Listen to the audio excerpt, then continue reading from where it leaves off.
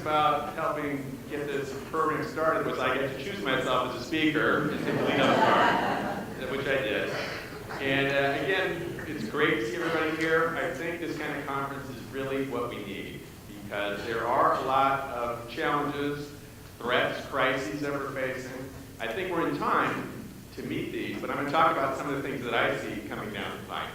And I would really, first of all, before we start, we've done some applauding, but the Simpson College group is here. They got this ball rolling. They conceived this whole idea of this kind of conference where we bring faculty who are interested in innovation with administrators in an atmosphere to actually work, more like a workshop, not just sit and listen, but actually converse in groups and figure out what kind of concrete changes can we make. Let's give them a round of applause, too.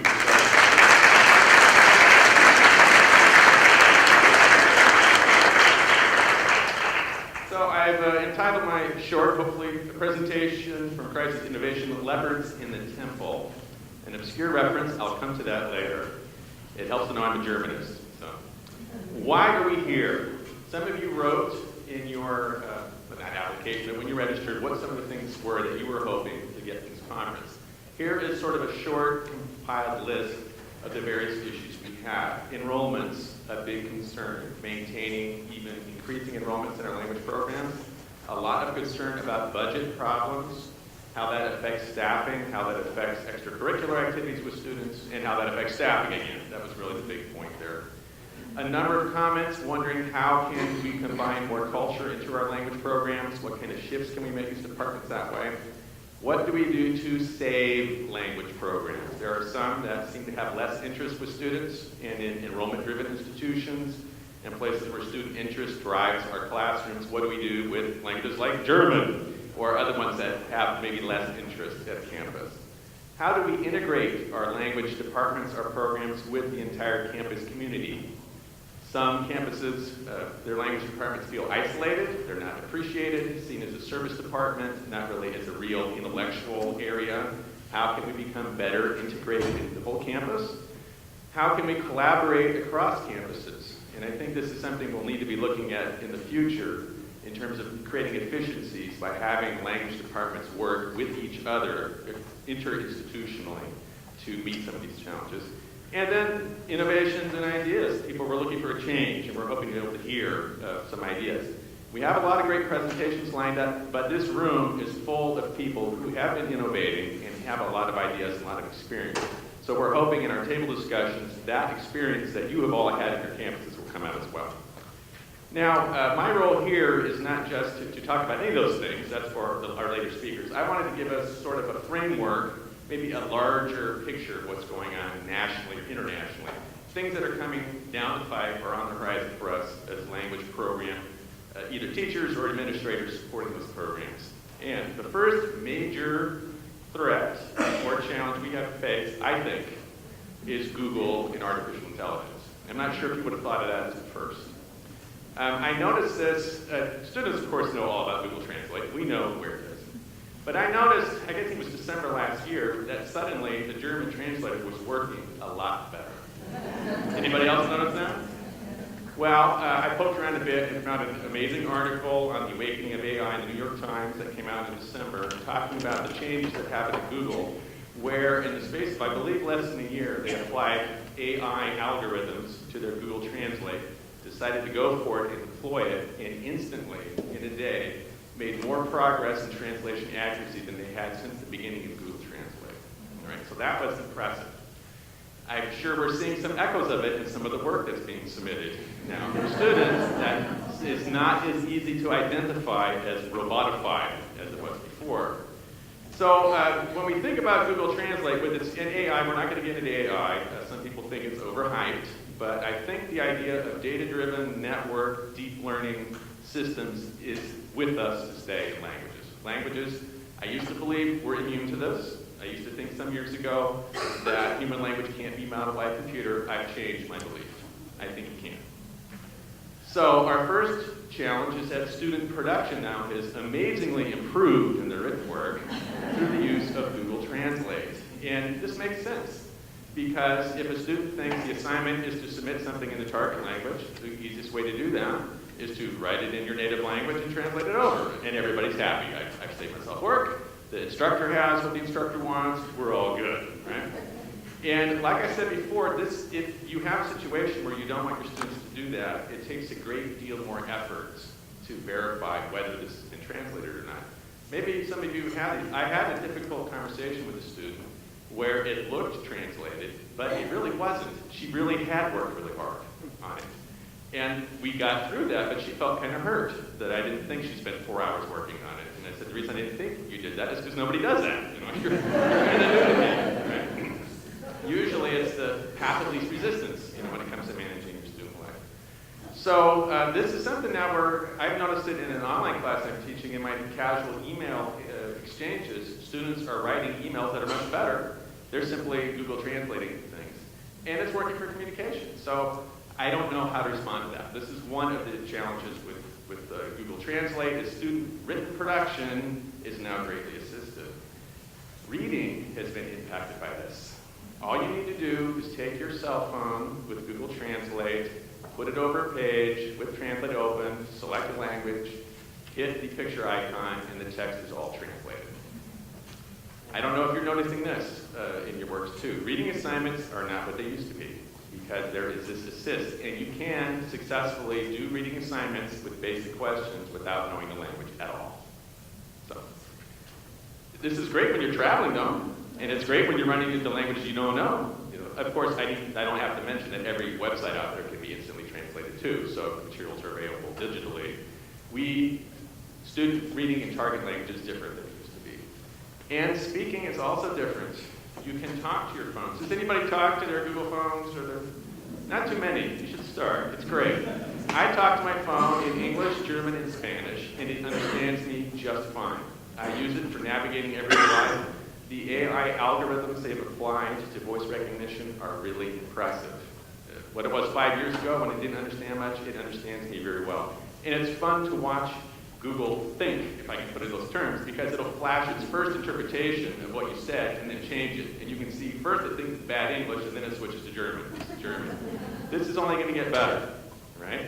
And enterprising students for a listening comprehension activity could put their cell phone up to the speaker, have it listen, recognize the text, and translate it into target language.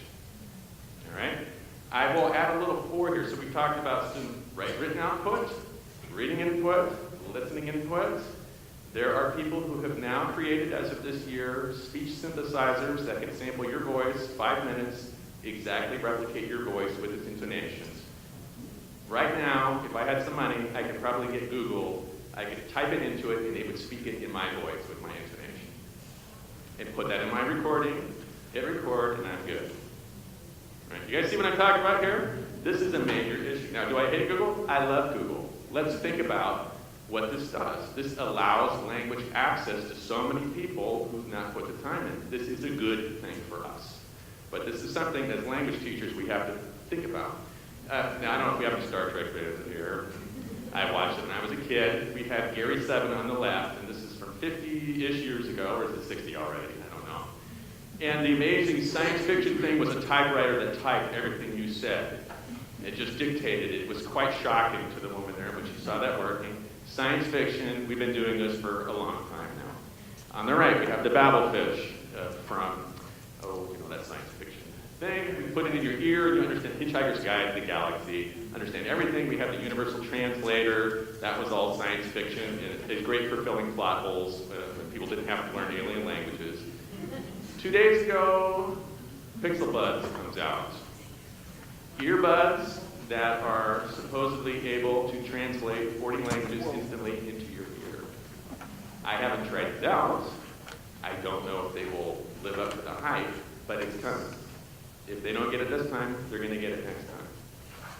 So I think for us, the challenge really isn't so much that the computer is going to replace the language teacher. The computer is going to replace the language learner. There won't be anybody learning if they don't need to.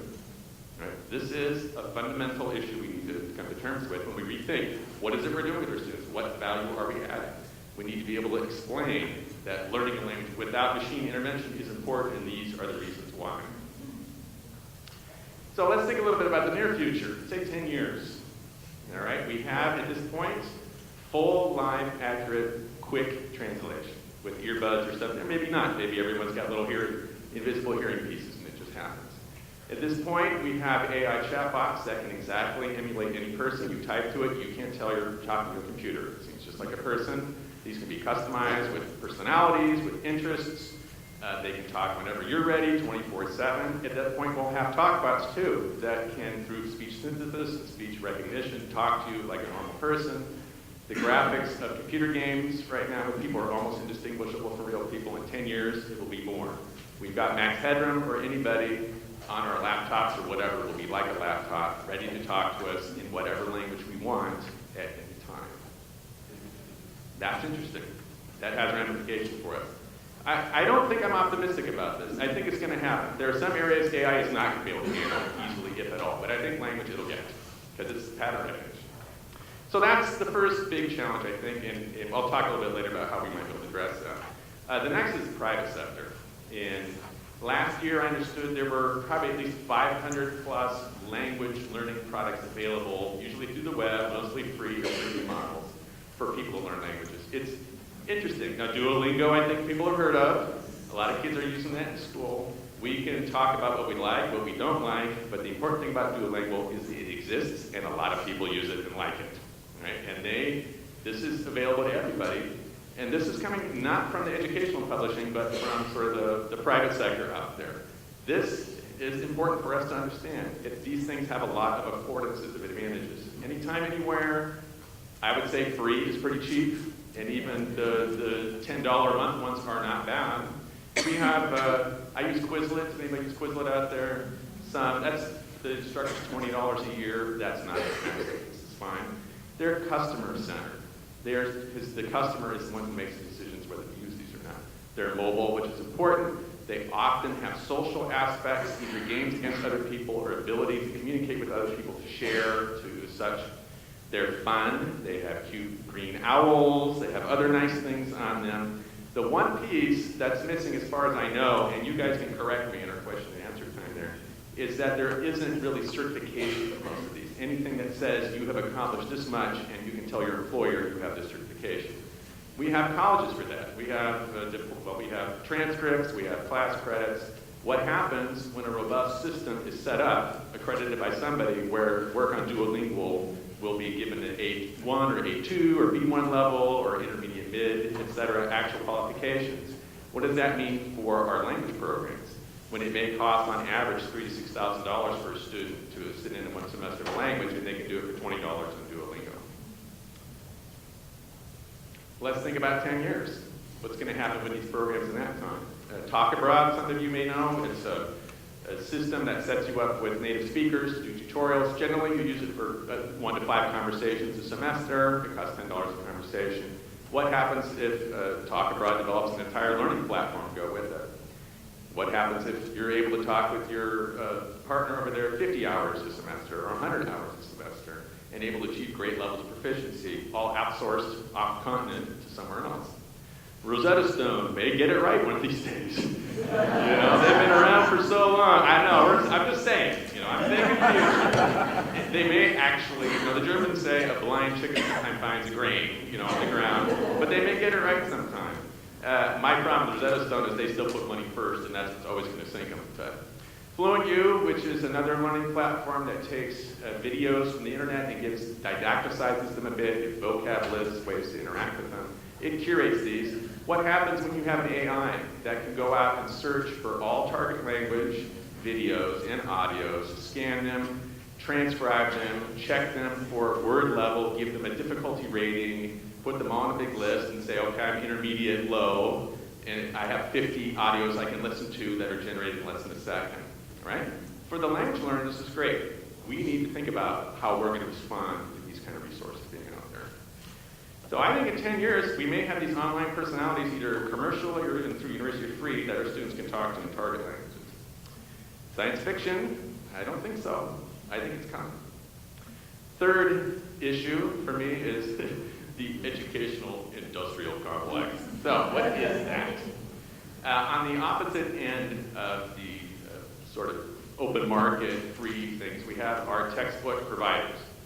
And these are for-profit corporations that are getting bigger and bigger and bigger. and have connections throughout the entire educational environment or economy, all the way from schools, providing learning materials, to the testing materials that certify that you went through the learning materials, connect with the government. Is that a problem? Not necessarily. But to me, the problem here is that the primary motive of these corporations is profit. And they sell products that people buy. And the consumer for these is not the individual. See, with these first programs, the consumer, the one using the product, buys them. With the commercial textbook market, it's the instructors who teach with the materials who buy them, who decide what the purchase is going to be. This means that when they're selling these books, they're selling them to teachers, to us as instructors, not to the students. That means that they put a sales force, that's 20% of their budget, to talk to us, those are the reps that you guys talk to. And the kind of things they try to build in these programs are designed really, most often, to please us and not the students. And the goal, again, is not student learning, it's us having a good experience with the materials and telling our students to go get these over and over again. Now, in essence, again, this is how things work. The free market is not a bad thing, but we need to be very aware that these big publishers will try to sell us as instructors things on ease of use workbooks, it's electronic grading, a teacher edition that has all the stuff, all the lesson plans pre-made, all the tests pre-packaged. They're offloading a lot of the work we do to them. If we're teaching 5 classes as an adjunct, this is a godsend, because there is no way I can possibly put in the effort to prepare a good class for all these. But if we want to have direction of our curriculum, we want to have control of our curriculum, and we want to innovate, this is not good, because they do not want to innovate. It's not because they're evil, right? I've talked to the middle person between corporation and us. Those are the editors. And many of them are language teachers. Many of them really want to have the best materials for us. They can't, because we don't order them. And we don't order them for all these social reasons in our departments. When you decide on a textbook, you bring a committee together, 7 or 8 people sometimes. How do you come to agreement? You have to come up with the least evil option for everybody, and that is usually not the experimental, innovative, newest thing. That's usually the traditional option.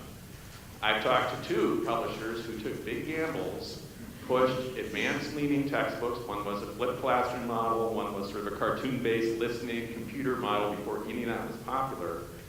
Committed over $1 million in each case of their business, of their corporation to it, and lost big time because nobody adopted them.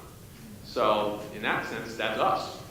In our decision making, that the way the whole economy works, there's a strong disincentive to take risks because, well, it's just the way things are. And like I said, we don't all teach just 2 classes and have 3 hours to prepare a class. We don't. So we have to have materials that help us. We don't have to reinvent the wheel. Right? So some of the problems that with the textbook models we have right now is that the teacher-centered. This is not, I'm overstating it a bit, but if you look at it, just think how you're being sold these things and what they're for. The features that are advertised are often for us, not for the students. Goal of sales, about 95-96% of all the revenue that's generated goes to distribution and administration. It doesn't go to authors. It doesn't go to people actually creating these materials. I think we need to incentivize creation of materials more. If it's cheaper, we can risk a little bit more. In committees, you have to come to consensus. That's good, but it doesn't always lead us to the most risky or sort of leading edge options. So those are some of the problems I see. As the textbook industry gets stronger, and I think it's been getting stronger and more centralized, we have fewer options.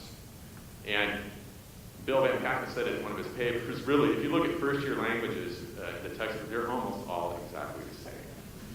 Right? They found the model, they found what we want, and for Spanish, okay, do I want to teach credit in Unit 3 or Unit 4? That will be one of the decisions. Or is the grade book easier? Does it fit in with our campus grading system? Those are kind of the questions we ask, because there aren't any more differences between these things. That's overstated a bit, but not too much. So the fourth kind of constraint we have are financial constraints.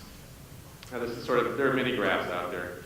We've heard that the cost of higher ed is increasing, has been increasing at higher than inflation rate, nearly double. The madness cannot continue. It's already very bad. When we look at projections of what a college degree is going to cost in 4 years, I think people would agree college is great, but the questioning the value of it because it's priced so high. I $100,000 like this degree. I don't $500,000 like this degree. And that's something we're all going to have to deal with. right? It's language departments. That coupled with, in some areas, lower students attending, fewer high school graduates, the need to expand to other populations that maybe are not as college ready as some in order to fill seats. Finances are really important. Now, as a language teacher, no one taught me about this in grad school. I had no experience. And what I did learn was turf defending. Whatever else, don't give the administration anything. They'll take the line from us, so we have to get, fight for lower enrolled classes to still fly. Okay, self-interest, that's how it works, and I hated that kind of thing, which is why I didn't want to go into corporate work, because it's so political there. So I'll go into education instead. Yeah, right. Well, we as language faculty need to take this seriously. We cannot just keep doing the things the way we've been doing, fighting the same turf battles. We need to work with our colleges, with our administrations to figure out how we can add better value and stay sane. We can't just keep working more. Most of us, the people in this room, are interested in change and innovation. We're already running it at max.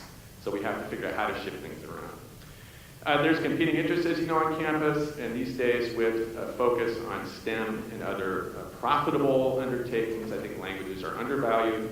We need to figure out how to express the value of what we do in a way that everybody can understand, and not just in our own groups with ourselves, nodding at each other with the bigger campus. And we also have the huge, I think, problem of the move to more lectures and part-time instructors. This is hard for the instructors because they work more for less money. And it's hard for the departments because we have fewer people with the time and part of their job description to work on these bigger issues. If you have a department of 10 and 6 are tenure track and are expected to work on committees and are involved in things, they can work together. If 1 is tenured and 9 are not, who's going to do this creative work? It can't be one person. That's going to, again, immobilize us. We're not going to be able to respond as nimbly. So this is a major issue. We have to figure out some way to have good employment for instructors that gives them the chance to innovate, to be part of a team, part of a community, and still get the teaching job done. So those are the 4 threats I wanted to talk about. Now we come to the Leopards. What are the Leopards doing here? As a Germanist, I was a big fan of Franz Kafka, and in his papers that he left were a number of one-sentence stories or aphorisms. One of them was called Leopards in the Temple. I have the German here for those who read German, but an English translation would be something like this. Leopards break into the temple and drink the wine out of all the sacrificial urns. This happens again and again. Eventually, the priests are able to predict when the leopards are coming, and they include their arrival as part of their ceremony. Ooh, wow. I love this. I love it. Now, I added to the translation a little bit, as you see, but what is this? This is a religious community trying to make sense of the world through ritual, through patterns of practice, through culture. Suddenly, semi-sacred, violent beasts from nowhere come in and take the offerings we were giving to the gods. What do we do? How do we make sense of this? We can't stop them. They're leopards. Well, we don't fight them. We don't give up and go home. We involve them in what we're doing. We co-opt them. That's how we make sense. And we reorganize how we see the world that includes them in this picture of the world. I think that's what we need to do. Kind of a violent metaphor, but these are big leopards that we had, coming up against us. Google is big. We're not stopping it.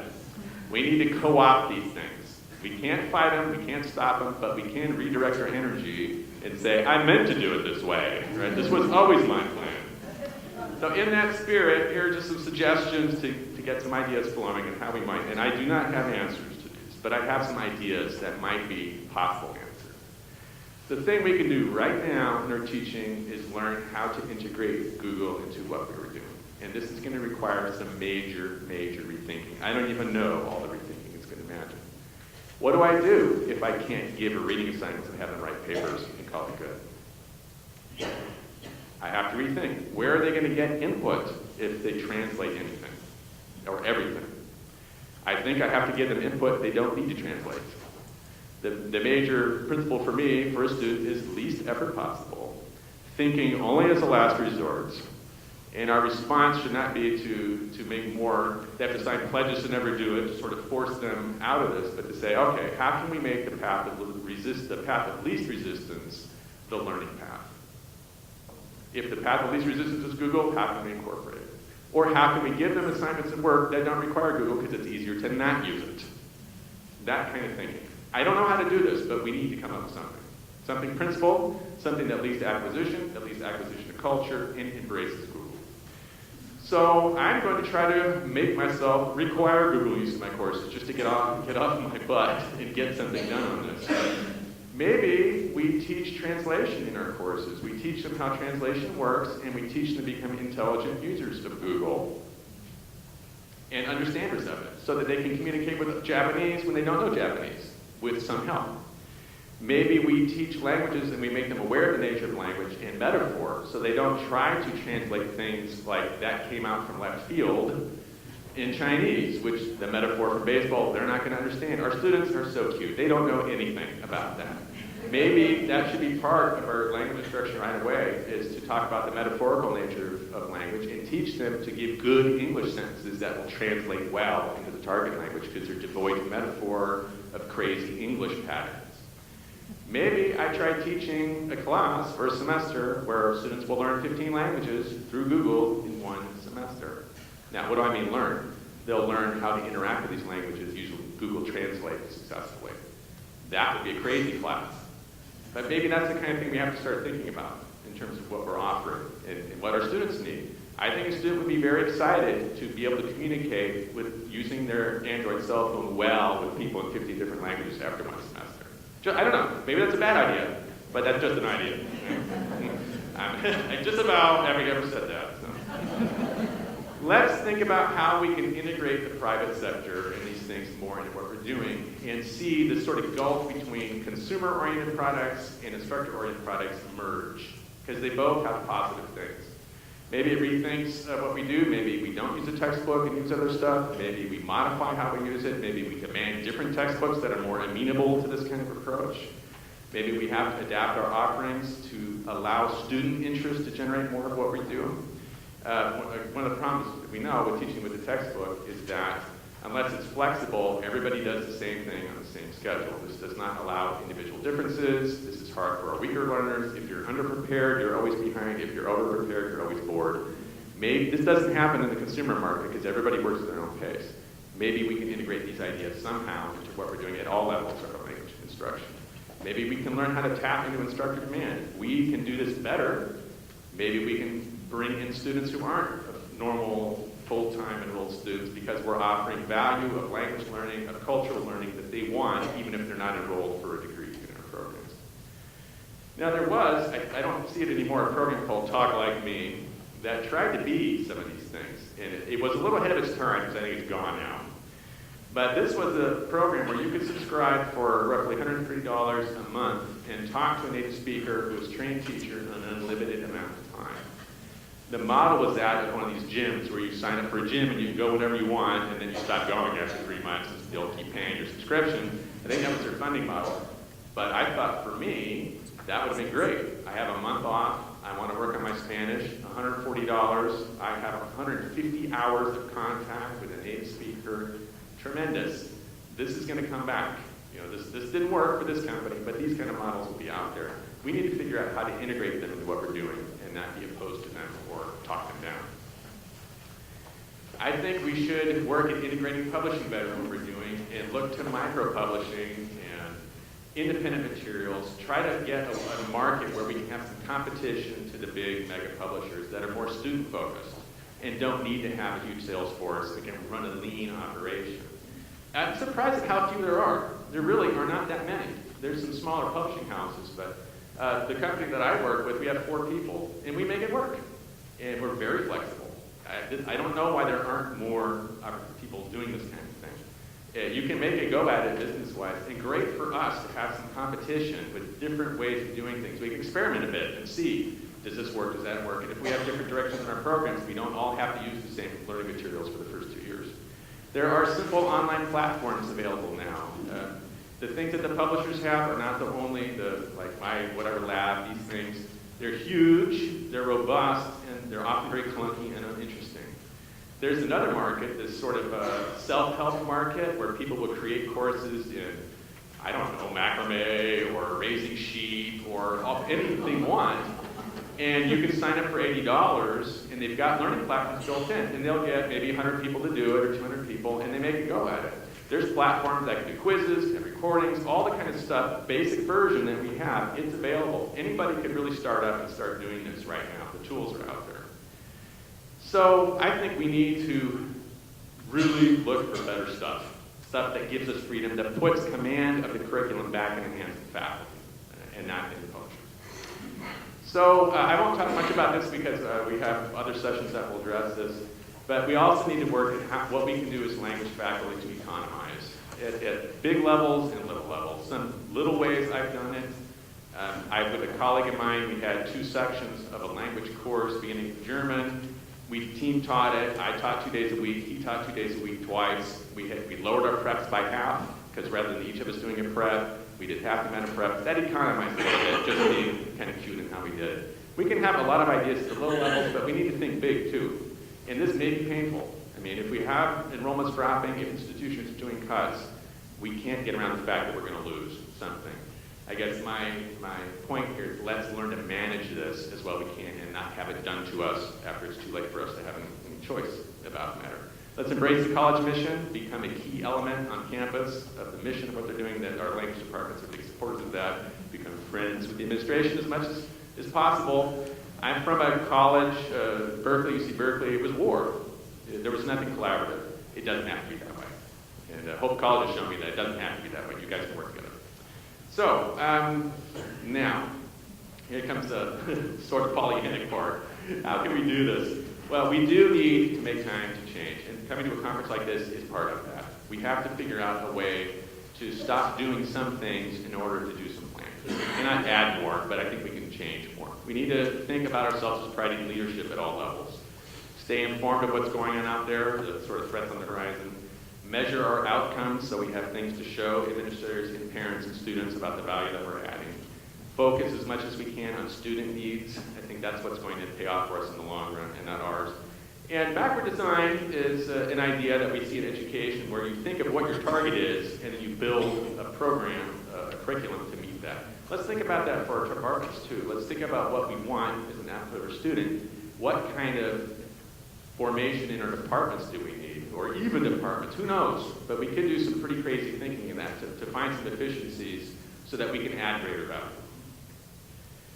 So I think this is not easy, but I think we've got time. And as I was chatting with one of my colleagues here some minutes ago, language faculty are uniquely positioned for this kind of work because we're creative, we think in different ways, we have multiple languages, multiple ways of seeing things. If anybody can do this, it's us. In addition, if you look at campus missions, they often have things to do with international collaboration, with students growing to understand the world, understand their place in it. What better place in the foreign language classroom to meet these needs if we're thinking ahead and planning to do that? Thank you.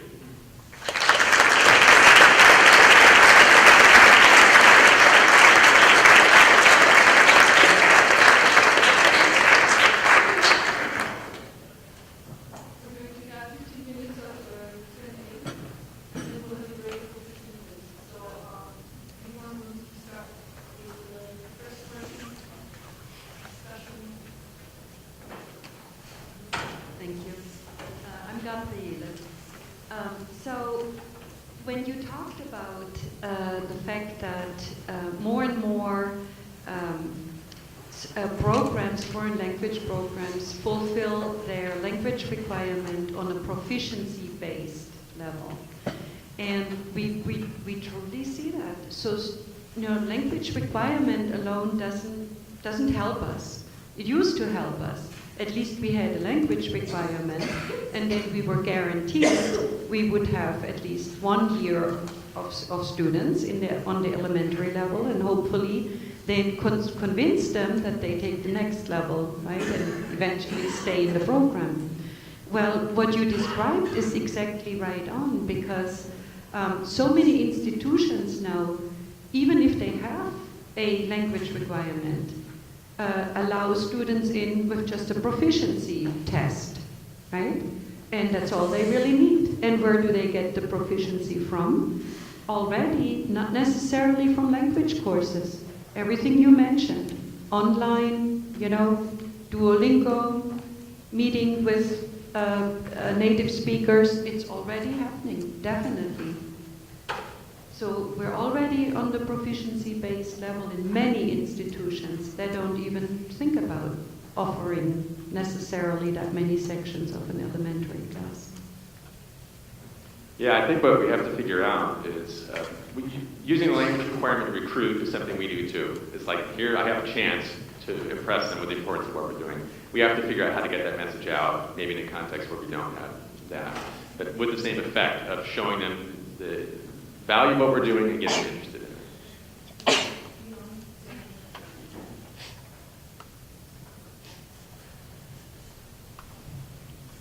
Thank you, Lee, for continuing the conversation from Simpson College.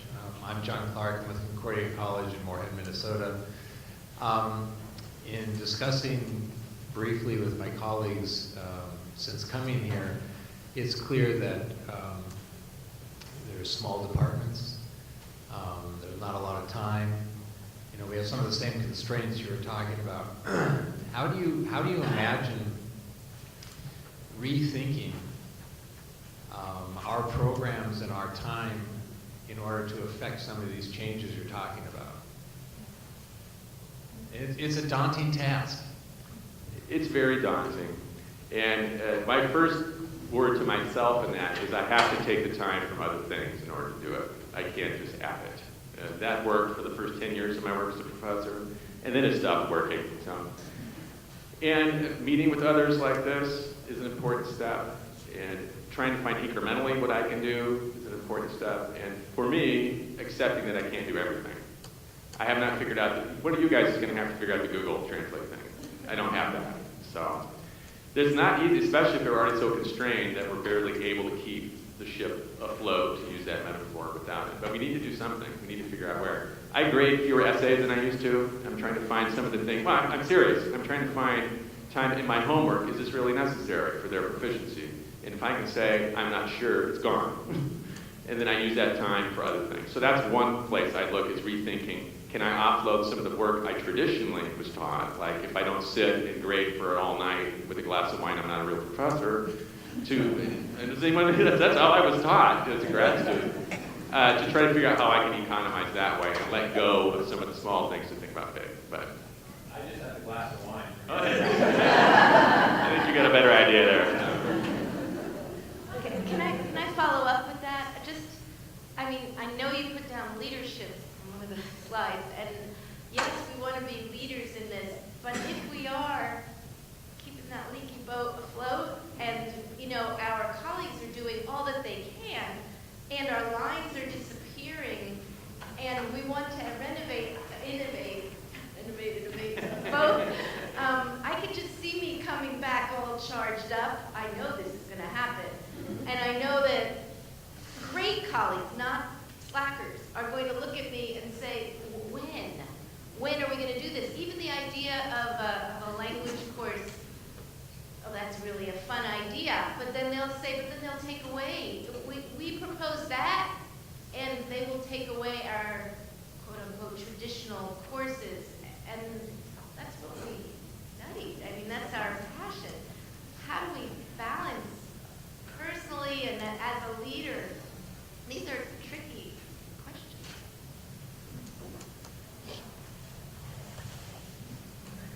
I have no answer to that. No, it's very true, but we have to come up with something. So I'm not sure how. Hopefully we'll have some answers from everybody here, or some ideas of how we can move forward in that. Hi.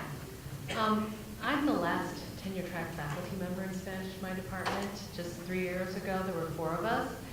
And quite frankly, I think the administration broke up with us, like a relationship. They wanted to go in a different direction. In fact, those were the literal words, which led to me no longer being chair of my department. Therefore, now we don't have a line of defense, as you say. But I think this is a larger problem. I think really, if you look at the humanities in general are under threat. And when we have this behemoth called STEM that is just gobbling up all the resources, getting all the faculty lines, getting all the attention, it is really hard to find a course of action, because I don't even think it's about languages anymore. It's about the core of a liberal arts education, which are the humanities, I believe, the arts and humanities. And so I feel like us smaller departments, smaller disciplines really need to work together and figure out, you know, how does philosophy help languages? How do culture, how does political science, history is traditionally a humanities, so some see it as social science. What can we do to defend the humanities in this bigger picture of a liberal arts education?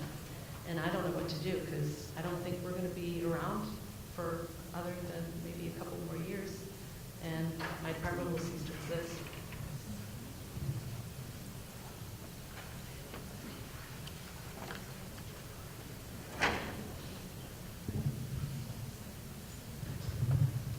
Hi, I think you said a whole bunch of really interesting things, and I wondered if you had some idea about how we can pull all of these things together.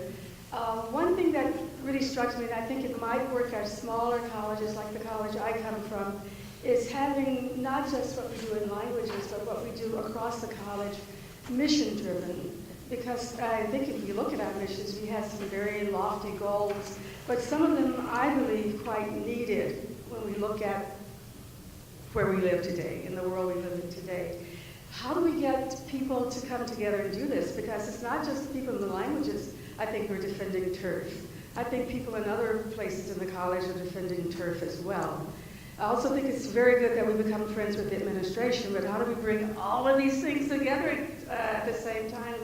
Do you have any idea about that? Because I think that would be a wonderful way if everybody was on the same team, administrators and all of the programs, and trying to do something for our students that says something about our college, what we stand for, and what we want to do with our students as they go into the world that they're going to be living in, and not just to earn money, but to try, as we say in a lofty way, to make this place better. And I think that's pretty good if we want to make the place better.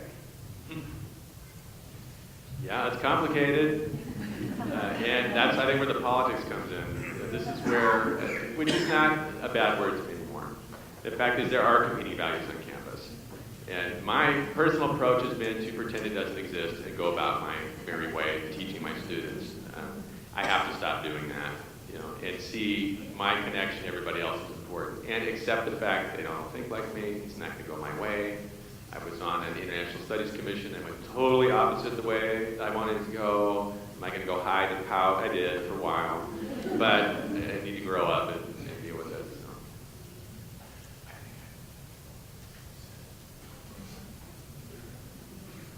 So.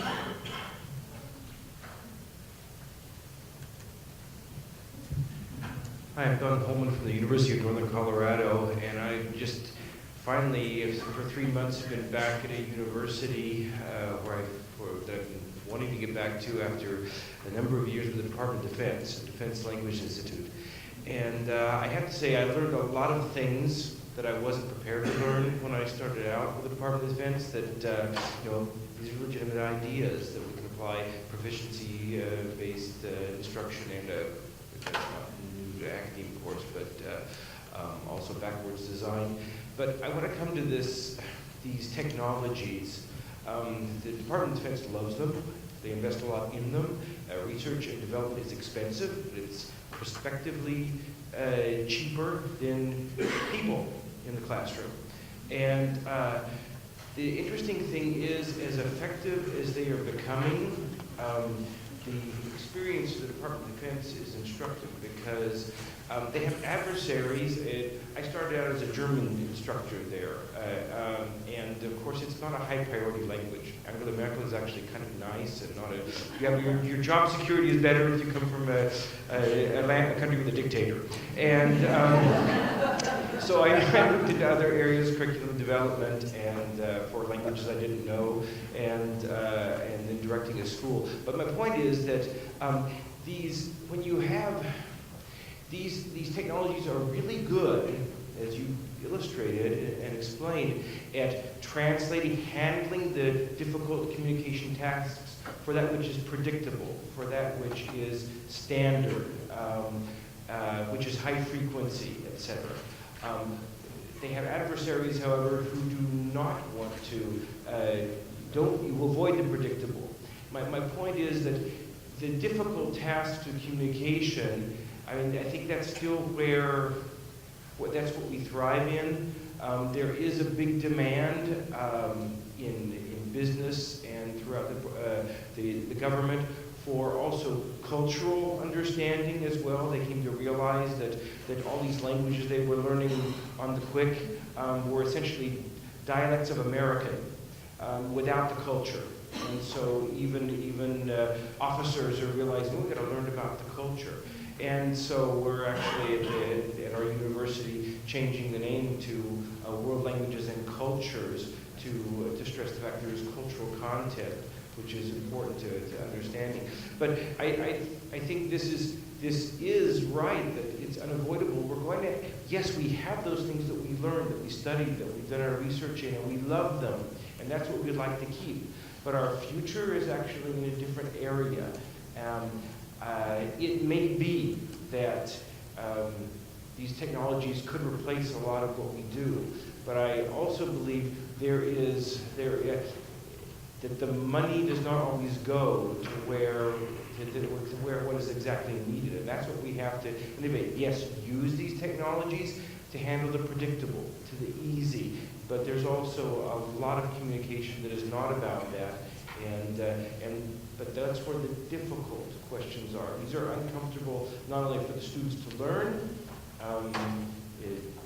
difficult creative texts of literature, but also difficult for us sometimes when it's not what we had studied, when it's not the reason we went into the language, but it is where language is needed. And I have no doubt anymore. Before I joined the Department of Defense, I thought maybe we are disappearing.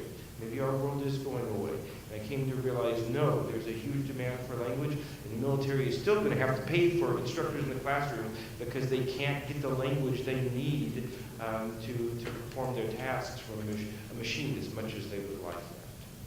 So it's going to be very good for us to be able to articulate what we're adding in terms of value and why it's important, and make sure we move our programs in the direction like you described you guys are doing.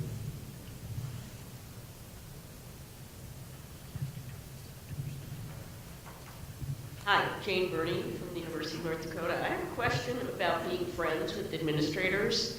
The president at my institution commented to the director of education abroad, why do we bother teaching language X here? Because whenever I go over there, they all speak English. Number one. Number two, our dean thinks the language requirement of arts and sciences she's very opposed to language requirements because she thinks that's a turn-off to students in other majors. And we've had many of our colleagues in different programs have eliminated language requirements because it turns off students from their majors. So I guess I'm wondering how could I be, quote, friends with people like that have that kind of attitude to what I've done? You're absolutely right. And you can be friendly even with someone who's not friendly to you. That's one. And I think we have to look for ways that we can serve. We have to see what their needs are, see what we can do to fill them, and earn some credit by doing that, even if they say things that are odious to us and benighted and all those things. It's hard. It's hard. And sometimes they're going to be hard and they're not going to respond in friendship. And sometimes we're going to lose. But I think we have to learn to reach out and try to understand their world a little bit better and help where we can with them and hope that trust will develop slowly. My name is Heidi, and I am from City Colleges of Chicago, and I really feel strongly that we need to reach out to the businesses for assistance, but there's a catch-22, as you said, let's not make it money-driven, let's make it, something very different. Showing economic value also, I think, is huge. I coordinated Languages to Career Symposium, and I invited the FBI. I invited many people, many professionals that speak a language, and that's a huge part of their job. And that was a big success, I thought. To show the community, I think we just need to get out there and get the word out that it is of economic value, that it is still very, very important. And why are our domestic or our international relations not where they should be? I also try to show my students, latpro.com, show them and have them go on and research what are the upcoming, what are the demands? Where are the demands at, career-wise, for someone who may speak a language? Indeed.com as well. And proficiency, in my opinion, I think that, I don't know, I think that it's really ridiculous that we have such little time with our students. It's impossible to get them to a fluent level.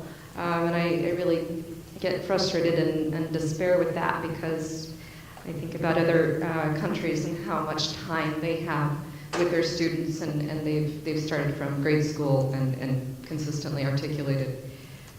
But I do think also that we need to reach out to students. I think they're the key. I really heard that loudly when you spoke, and it was so true. If we get them involved and get that technology piece and make them more kind of head our initiative, I think we might find that we can improve our enrollment and get more people involved. Probably one more question before our break, I think. Yeah. Hi, I'm Amy Tibbetts from Beloit College, and I was at a conference a couple weekends ago, and maybe some of my colleagues were there at Carleton College talking about integrating global studies in the curriculum. And there was a lot of talk about silos and de-siloing ourselves, and it's hard to think about that when your silo is your bread and butter and you've been trained to work within your silo, but the silos aren't being respected across campus. But I do think we will need to think about some radical restructuring of curriculum in order to bring in the administration over to us a bit more. And I'm facing a conversation next week with the committee who will decide whether, in our view, a French position will be replaced, and whether, in their view, they will be giving us a position. And one of the questions, because we got them in advance, is proficiency in French absolutely necessary for a degree in French and Francophone studies? So this is coming down, right? This is a conversation I will be having on Thursday. So I think, to think as much about re-spatializing ourselves within the discipline will be to our benefit. Well, my job was to create problems by raising a lot of hard issues. Mission accomplished. I think I did that. And what I'm happy about, too, is a lot of these presentations, we're going to have to address some of these very things we're talking about. So hopefully, at the end of our time together, we'll have some answers, or at least some better leads on where to look.